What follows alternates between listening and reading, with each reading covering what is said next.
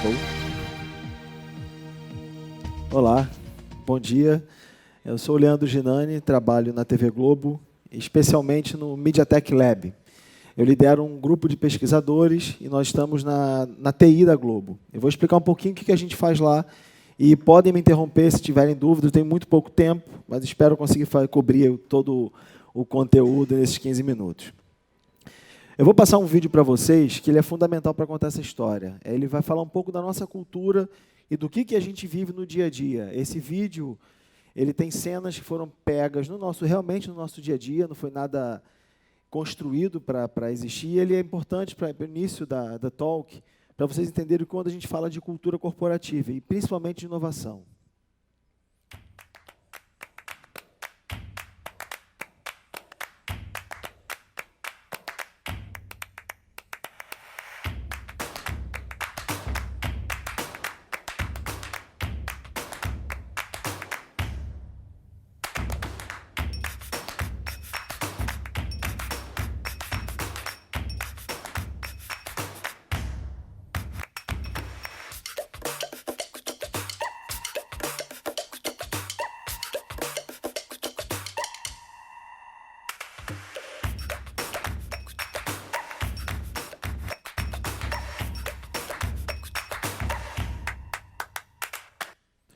Esse vídeo ele é numa casinha do Jardim Botânico, a gente não fica no dia a dia da companhia, então nós temos um espaço para pensar o futuro da empresa, entender quais são as tecnologias, o que vai travar a empresa nos próximos anos, como a gente vai enfrentar essa concorrência dessas plataformas digitais que chegaram no Brasil já há algum tempo.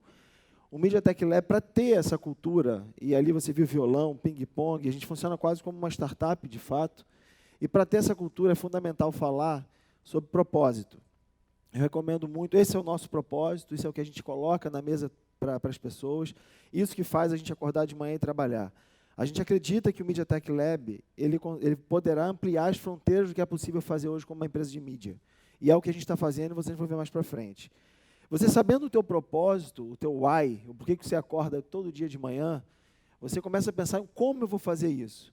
Então, com liberdade criativa que conecta ideias e tecnologias emergentes. Lá nós temos um grupo de profissionais multidisciplinares. Você tem pesquisadores, técnicos, pessoas de tecnologia, você tem pessoas de marketing, você tem designers. Então, quando a gente coloca todo mundo dentro de uma casinha, onde é ali no Jardim Botânico, literalmente um espaço físico, repleto de amenidades, e faz essas pessoas pensarem nos problemas da empresa, os problemas que a gente vai enfrentar daqui a 5 anos, 3 anos, a gente consegue ter o quê? Que é o mais fácil. Metodologia, produtos, linhas de pesquisa, eventos, experimentação e etc. Então, o que eu recomendo? Vai falar de inovação, vai construir uma cultura de inovação, vai construir um time que vai trabalhar e que se goste. Eles têm que entender o porquê que eles estão ali. Comece pelo propósito, e o como e o que ele vai vir naturalmente. Mas não é só isso. Tem algo que eu também gosto muito, que são os arquétipos. A gente, olhando os arquétipos do Jung, o aluno do Freud, que ele criou 12 arquétipos, nós entendemos que existem 2 específicos que se enquadram melhor na nossa cultura. Então, é uma cultura, não é nada corporativa, e isso também requer algum tipo de habilidade emocional. Requer você ser automotivado, a gente não é empurrado por demanda, a gente empurra a demanda para a empresa. Então, as regras são, no primeiro arquétipo aqui, o rebelde, ele acredita que as regras são feitas para serem quebradas. Então, é importante que essa pessoa que esteja nesse lugar, ela entenda isso. A gente usa isso para recrutar profissionais. O criador, por exemplo, se pode ser imaginado, pode ser criado. Lá não existe o impossível. Não dá para fazer logo na largada. Não dá. A gente começa acreditando que dá para fazer. E, por fim, um olhar e aí um pouco mais de como a inovação pode impactar a empresa. Se você quer uma inovação mais rápida, de 1 a 3 anos, a gente sugere M&A. Então, vá para o mercado, adquira empresa, faça fusão. Se você tem um centro de R&D, como é o nosso, você vai entender que esse impacto no teu negócio, ele pode durar de 1 a 10 anos. Então, esse conjunto de atividades, a incubação de negócios, a inovação aberta, um R&D forte e a possibilidade de M&A, vai fazer que você crie, de fato, a inovação na tua empresa. Vamos em frente. Quais são os nossos 3 pilares de atuação? conexão com sistemas de ecossistemas de inovação, o laboratório em si e a cultura. Ok? Falando do primeiro, cultura. A gente tem um evento que acontece mensalmente, que é o Lab Talks. Então, todo mês, isso já são 30 edições, mais de 1.500 pessoas impactadas, nós chamamos uma pessoa da empresa, do dia a dia da empresa, e alguém de fora, para falar sobre um tema relevante. Essa é uma foto lá da nossa casinha, então tem um palco, aqui os pesquisadores trabalham diariamente, quando tem um evento a gente junta os sofás e faz acontecer. Além disso, a gente já falou sobre todos esses temas aqui. Então, a gente já falou sobre Smart Cities, Blockchain, Chatbots, Inteligência Artificial, Machine Learning e whatever. Então, vendo que quando você consegue conectar alguém que está fazendo algo interessante na Globo, alguém que vem de fora, é fantástico ver como... o RH fez uma pesquisa sobre isso aqui e levou pessoas para participar desse evento que tinham alguma questão em trabalhar na Globo. Depois de eles participarem do Lab Talks, 90% deles dizem que teriam desejo de trabalhar na empresa. O Open House é o nosso maior evento, ele é aberto para o público, acontece duas vezes por ano, ele tem meio que um formato de feira de ciências. Então, as pessoas abrem o que a gente está pesquisando em volta, os convidados entram, veem o que a gente está pensando, no final também tem talk, e aqui a gente brincou com uma bandinha e etc.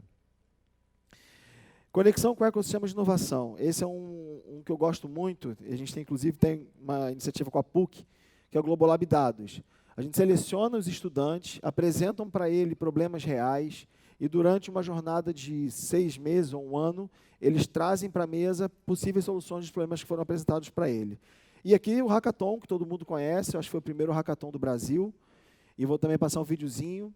São 2 dias incríveis na casa do Big Brother e a energia também consegue ser vista bem de perto nesse vídeo. Mais de 5.000 inscritos, é inacreditável. Também são apresentados problemas reais da empresa para eles.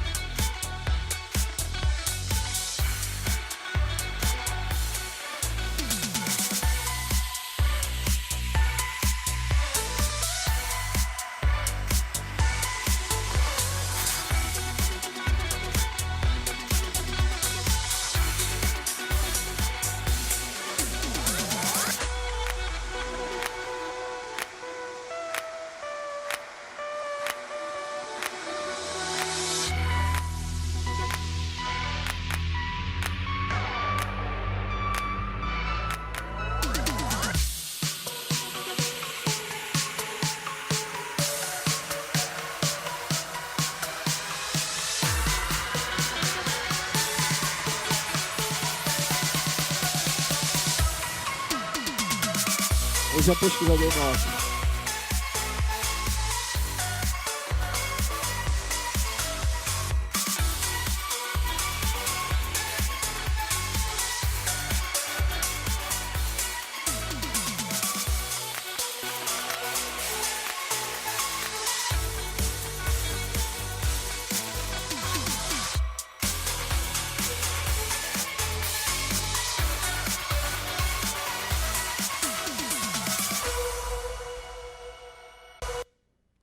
Então, esses movimentos, eles entregam para a empresa uma imagem de inovação. A gente consegue usar realmente o que foi criado nessas iniciativas, tanto no Global Lab Dados quanto no Hackathon.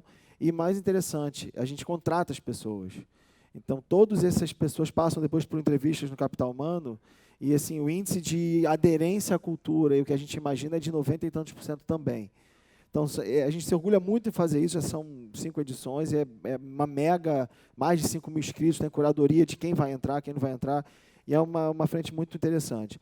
O laboratório em si, que é onde a gente fica, e aí eu vou falar um pouco mais corporate, vocês percebem que a tal que ela vem um pouco mais estratégica e vem descendo até algo bastante concreto, vocês vão ver ali na frente. Então, como é que a gente faz no nosso dia a dia? A gente não tem uma demanda específica da empresa. A gente tem os desafios da companhia. O que essa empresa precisa fazer nos próximos 5 anos? Elas entram como linhas de pesquisa, por exemplo, uma delas é advertising. Como a gente vai reinventar, pode ajudar a empresa a se reinventar no ponto de vista de advertising. Como a gente vai se posicionar como uma plataforma de digital. Então, a gente tem métodos para isso. Então, o Design Sprint é um exemplo, nós chamamos áreas da empresa para sentar conosco, nós expomos os problemas para eles e a gente tenta sair do outro lado com algumas soluções. São sessões de 2 a 3 dias e aí, depois, feito um protótipo, tenta testar-se no mercado. Além disso, a gente tem uma incubadora de projetos, a gente funciona muito nesse início aqui, que é gerar ideia, tentar, experimentar, recuar. E veja como o propósito é importante. Imagina você ter 40 pessoas pesquisando e tentando algo que, em sua maioria, não dará certo. Porque a inovação é isso, você vai tentar 20 coisas para 10% você conseguir avançar. Então, por isso é importante o ambiente, por isso é importante as pessoas entenderem o propósito e por que elas estão ali. É diferente de um projeto, de uma demanda que ela entra com prazo para ser entregue. Aqui não. Aqui existe um processo difícil, muito doloroso, onde existe muita pancada em reunião, muito conflito para a gente conseguir sair do outro lado para dar um próximo passo. E esse gráfico mostra um pouco isso. Além disso, a gente estabeleceu também um modelo que a gente chama de Stage Gate. Para cada ideia, para cada proposta sugerida, desde o primeiro gate, que somos nós mesmos, e aí é muito legal pensar no livro da Pixar, não sei se vocês já leram, Criatividade S.A., que ele fala no livro que para cada roteiro da Pixar, eles têm um grupo de elite que se reúnem para matar a ideia. É exatamente como a gente faz lá. Então, numa primeira ideia, ela surge, esse primeiro grupo, que somos nós mesmos, tentamos, de qualquer forma, matar a ideia. Questionar, pesquisar, mostrar para os fornecedores que fazem algo igual, para tentar realmente, na largada, não perder tempo. Se ele passa dessa fase, a gente vai avançando nos gates, até as áreas de negócio, até as áreas que serão beneficiadas com essa ideia. Quanto mais a gente avança, a gente tem uma ideia hoje, por exemplo, que o gate está sendo o anunciante. Você veja, um laboratório de inovação de tecnologia está sentando com o CEO de uma empresa, um dos maiores anunciantes da Globo, e conversando sobre uma possível plataforma de digital, de advertising. Isso mostra o quanto a Globo está aberta a fazer diferente. Isso é bem bacana, é um dos gates aqui. E o último gate, claro, somos nós, somos o usuário final. E aí, assim, eu tento sempre trazer, depois vocês falam, é muito difícil quando você vê uma palestra dessa, com muito conteúdo sobre processos, conceitos e propósito, tentar tangibilizar. Eu vou tentar aqui tangibilizar para vocês o que isso aqui entrega na prática, tá? Tenho ainda 3 minutos. Esse aqui é o AIDA. Nós fizemos um algoritmo de inteligência artificial que está sendo exibido agora no IBC, em Amsterdã. Nós fomos convidados a expor isso aqui em Amsterdã, na Holanda. Ele é um algoritmo que ele recebe dados estruturados e redige um texto pronto para um jornalista falar. Então, como é que ele funciona? Nós fizemos um case nas eleições de 2018, onde o que são as características dessa eleição? Muito volume de dados, o tempo inteiro pesquisa, e aqui a gente está falando só para presidente nesse primeiro momento. Você não pode errar. Então, aquele discurso, o erro é fundamental, a gente premia o erro, não é nada disso, a gente não gosta de errar, a gente odeia errar e a gente não pode errar. Então, é muita precisão, imparcialidade, entrega sob pressão. Existem prazos, tem uma correria quando sai a pesquisa no Ibope, no Datafolha, quem vai ser o primeiro a dar o furo. Então, esse é um cenário muito caótico e funciona assim. É tudo manual. Esses dados chegam por e-mail, muitas vezes via PDF, eles são tratados, um jornalista senta, escreve todo aquele conteúdo, isso é tabulado, faz a chamada e é feita a locução pelo William Bonner no Jornal Nacional, por exemplo. Não sei se vocês lembram o que aconteceu na última eleição, eu vou lembrar vocês o que aconteceu. Deixa eu fazer uma correção. Agora há pouco, ao divulgar a pesquisa Datafolha, nós dissemos que o candidato Fernando Haddad, do PT, oscilou de 9% para 13%. Segundo o Datafolha, como o crescimento se deu fora da margem de erro, a frase correta é: o candidato Fernando Haddad cresceu de 9% para 13%. Pelo erro, nós pedimos desculpas. E na época, isso aqui, a rede social, ela achou que a Globo estivesse fazendo algum tipo de julgamento de valor, tentando manipular para um lado e para o outro. Não é nada disso, foi um erro humano. Então, naquele processo que eu apresentei aqui atrás, deixa eu voltar aqui, nesse processo aqui, provavelmente aqui, houve um erro, porque se ele tiver tanto um ponto acima daquilo que considera-se oscilação, é crescimento. Isso foi para o jornalista, ele leu, e aí aconteceu esse problema, a rede social, isso deu uma mega repercussão. O que a gente fez? Um algoritmo que, Ao receber esses dados, ele faz todo esse trabalho humano e escreve o texto. Isso é muito legal. A gente escreve um texto pronto. Aqui tem um exemplo de um texto. Esse é um texto escrito por uma máquina. Então, dado aqueles mesmos dados, recebendo aqueles mesmos dados que vêm do Instituto de Pesquisa, o algoritmo, sozinho, consegue fazer isso aqui. Então, quando está em azulzinho aqui, é como ele fala, com a margem de erro pode ter entre 20% e 24%. Ele faz sinônimos, ele coloca o nome de candidato, ele fala o partido. Então, junto com o jornalismo da Globo, com o editorial da Globo, nós conseguimos afinar o algoritmo para que ele conseguisse fazer isso aqui. O ganho é inacreditável. A gente tem aqui um ganho potencial, por exemplo, de 560 horas por ano. Isso para presidente. Agora, imagina para prefeito ano que vem. Isso aqui é a escala de uma maneira assim, sem precedente. E a ideia aqui não é tirar jornalista, substituir o trabalho humano. Pelo contrário, é pegar esse jornalista que está fazendo um trabalho de tabulação e colocá-lo para ele um trabalho mais nobre. Certamente a revisão do texto será feita ainda, certamente haverá a edição manual, mas é um caminho que está sendo exposto agora em Amsterdã com uma evolução ainda maior. Além da criação do texto, nós pensamos que no futuro, e ainda tem muita coisa para caminhar, a gente pode ter é como se fosse um âncora virtual. E a ida em Amsterdã, ela ganhou corpo, ganhou vida, e vocês vão ver em primeira mão o que está sendo mostrado lá. Essa é a ida, e nós criamos ela para apresentar lá. This is Ada for the Last Minute News.